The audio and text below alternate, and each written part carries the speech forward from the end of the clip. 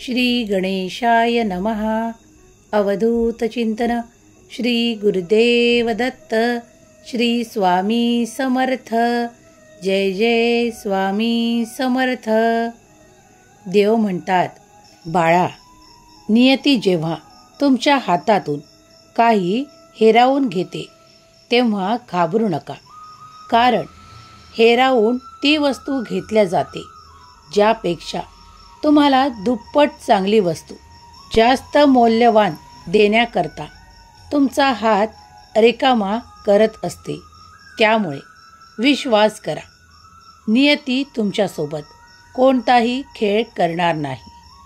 जेव्हा तुमच्यासोबत तुमचे ब्रह्मांड नायक स्वामी स्वतः प्रत्येक पावलावर सोबत आहेत, तर मग काय गेले आणि काय राहिले याचे गणित मांडत बसू नका. कारण ते तुम्हाला इतके देऊ इच्छितात की तुमच्या कल्पनेच्याही पलीकडे. तेव्हा निश्चिंत व्हा. देव म्हणतात, अरे बाळा, मी तर तुला तेही देऊ इच्छितो जे तू तुझ्या कल्पनांमध्ये आमच्याकडे प्रार्थनापूर्वक मागत असतो. अरे बाळा, तुझी निश्चिंत होण्याची वेळ आहे. कारण मी तुझे सामर्थ्यही ओळखतो. तू किती काही कार्य पेलण्याची क्षमता ठेवतो हेही मी जाणतो. कारण आम्ही तुमच्या प्रत्येक कार्यांवर लक्ष ठेवून आहोत. तुम्ही योग्य मार्गाने चालावे, योग्य मार्गाने संपत्ती प्राप्त करावी, हीच आमची इच्छा आहे. बाळा, खूप काही या जगात आमिष दाखवण्यासाठी तुमच्याकडे येतात, पण त्या आमिषाला तुम्ही भुलून जाऊ नका. सत्याचा मार्ग सोडू नका. नियती जेव्हा कुणाला काही देऊ इच्छिते त्यावेळेस ईश्वर तुमच्याकडे ते पाठवतात. कधी ते चमत्कारांच्या रूपात असते, कधी ते आशीर्वादांच्या रूपात असते. ते तुम्हाला प्राप्त करण्यासाठी तुम्ही फक्त त्यांचे स्मरण देखील केले तरी ईश्वर तुमच्याकडे ते पाठवू इच्छितात. कारण ईश्वर परमेश्वर हे जाणतात की बाळाला यावेळेस काय आवश्यक आहे. त्याची पूर्तता ईश्वर स्वतः आशीर्वादांच्या रूपात वर्षाव करत असतात. तेव्हा तुम्ही त्या आनंदात मग्न व्हावे, तो आनंद स्वीकार करावा. देव कधीच कुणाला रिकाम्या हाताने ठेवत नाही. तुमच्या कर्माचे मापही तुमच्या हाती दिलेले आहे. तेव्हा तुम्ही चांगले कर्म करत जावे अशी ईश्वराची इच्छा आहे. प्रत्येक कर्मामागे तुम्ही जे काही मागू इच्छिता तेही देवांपासून लपलेले नाही. जे आज तुमच्या नजरेआड आहे ते तुमच्यासाठी उद्या तुमच्या समोर असेल. कारण ती देवाची इच्छा आहे की तू ते कर्म केले आहेत, तू ते चांगले कर्म केले आहेत, तेव्हा तुला ते फळ प्राप्त व्हावे. देव स्वतः चमत्कारांच्या रूपात तुमच्याकडे खूप काही आशीर्वाद पाठवू इच्छितात. स्वामी सांगतात, विधीला निरर्थक मानू नका. कारण तुमच्याकडे ते येत आहे जे तुमच्यासाठी योग्य आहे. विश्वास ठेवा माझ्यावर. दुसरा दरवाजा उघडल्याशिवाय पहिला दरवाजा मी बंद करत नाही. कारण तुमच्यासाठी ते सर्व सुख येत आहेत, तो आनंद येत आहे. पुढील काळ खूप काही आनंदाने येणार आहे. तेव्हा आता काळजी करणे थांबवा या क्षणाला. कारण आम्ही तुमच्यापर्यंत आलो आहोत. ते तुमच्या श्रद्धेने, विश्वासाने हा जो संदेश तुम्ही ऐकत आहात, तर तुमचा विश्वास आहे ना, मग तोच तुम्हाला पुरेसा आहे. तुमची श्रद्धा पुरेसी आहे. तुम्हाला ते सर्व काही मिळवून देण्यासाठी, ज्याची इच्छा तुम्ही देवांकडे करता. तुमचे सर्व काही संकल्प मान्य करण्यात आले आहेत. देवांचा मोठा आशीर्वाद तुमच्या दिशेने येत आहे. काही वेळ लागेल, परंतु तुमचे कार्य निश्चित होईल. देव म्हणतात, बाळा, या क्षणाला तुला माझी आज्ञा आहे की चिंता करणे थांबव. कारण चिंतेप्रमाणे शरीराचे शोषण दुसरे कुणीही करू शकत नाही. चिंता नको, चिंतन कर. चिंता करण्यात वेळ वाया घालवू नको, कारण ती तुझ्या शरीरातील ऊर्जा नष्ट करते.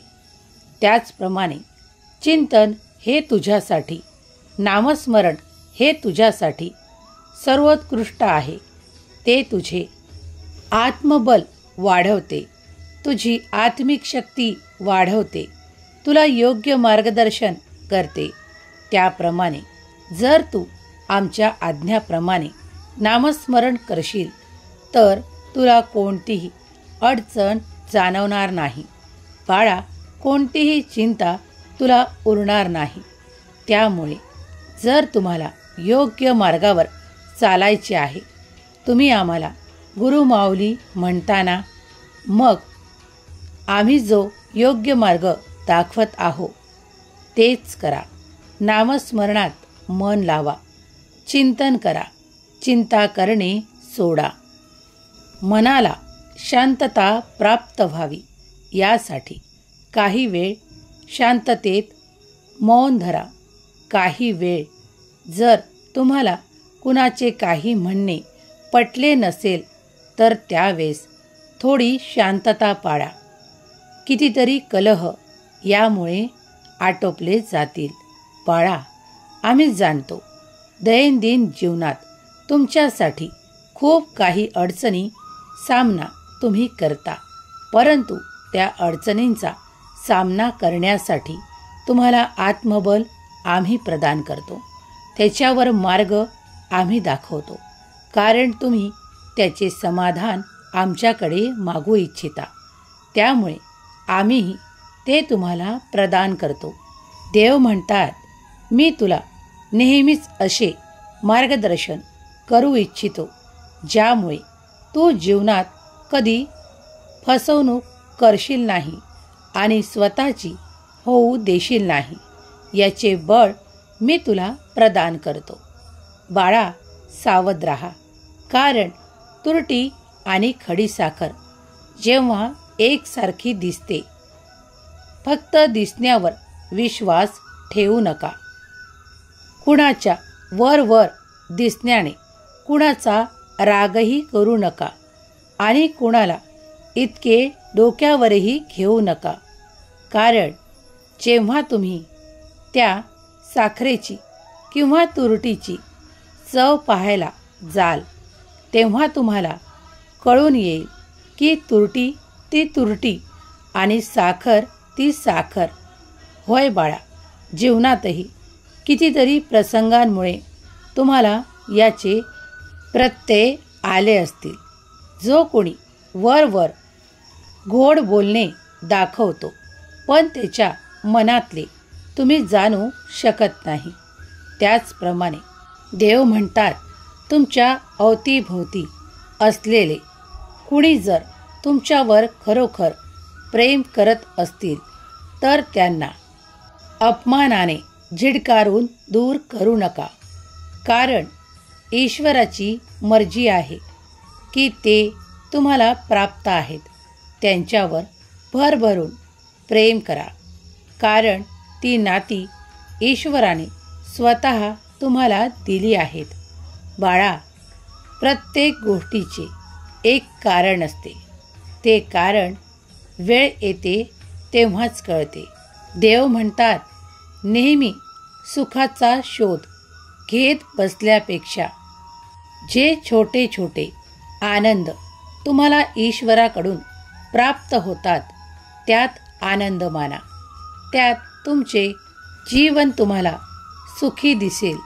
बाळा, चिंता या तुमच्या मनातील नैराश्याला जागृत करतात, तेव्हा चिंतेला आत्ता यावेळेस आमच्या चरणावर सोपवून निश्चिंत व्हा आणि नामस्मरणाला, ईश्वर चिंतनाला महत्त्व द्या. त्यामुळे तुमचे मन शांत राहील, एकाग्र राहील. तुम्हाला जे काही कार्य पुढे करायचे आहे त्यासाठी तुम्हाला खूप काही सामर्थ्य प्राप्त होईल. देवांची इच्छा आहे की माझ्या बाळावर मी भरभरून प्रेम करू इच्छितो. ते सर्व काही आशीर्वाद देऊ इच्छितो. ते चमत्कार त्यासाठी पाठवू इच्छितो. ते त्याने आनंदाने स्वीकार करावे. मनाला इतरत्र भटकू देण्यापासून वंचित ठेवावे. कारण जर भटकत राहिला तर फार गंभीर स्थिती होईल आणि मन एकाग्र करता येणार नाही. देव म्हणतात, जगात तुम्हाला सुखी असा एकही मनुष्य सापडणार नाही. प्रत्येकाला कोणते ना कोणते दुःख जाणवते, काही ना काही यातना जाणवतात. पण जर तो वर्तमान काळात जे काही प्राप्त होत आहे, जे काही ईश्वर त्याला देऊ इच्छितात, त्यात जर त्याने आनंद मानला तर त्याच्यासारखा दुसरा सुखी कोणी नाही. हे सत्य आहे. तुम्ही हे जर जाणले तर तुमचे जीवन अधिकाधिक आनंदी होईल. देव म्हणतात, तू माझ्यावर विश्वास करून हा संदेश ऐकत आहे. बाळा, तू पूर्ण श्रद्धेने हा संदेश शेवटपर्यंत ऐकत आहेस. तुला तुझ्यासाठी, तुझ्या परिवारासाठी असा काही आशीर्वाद देतो ज्यामुळे तुझे मन शांत राहील, तुझे मन ईश्वर भक्तीत लागेल. तुझ्यासाठी ते चमत्कार, ते आशीर्वाद येतील. पुढील काळ तुझ्यासाठी सुखांनी भरलेला असेल, संपत्तीनी भरलेला असेल, आनंदाने भरलेला असेल. काळजी करू नकोस. आमचा तुझ्या कृतीवर पूर्ण लक्ष आहे. तू जे काही कार्य करत आहे ते योग्य दिशेने सुरू आहेत. देव म्हणतात, कोणतीही काळजी करू नकोस. मी सदैव तुझ्या पाठीशी आहे. तुझ्या कार्यांना माझा आशीर्वाद आहे. तुझ्यासाठी ते सुखाचे द्वार उघडत आहोत. तेव्हा सुखी राहा, आनंदी राहा. तुझे कल्याण होईल.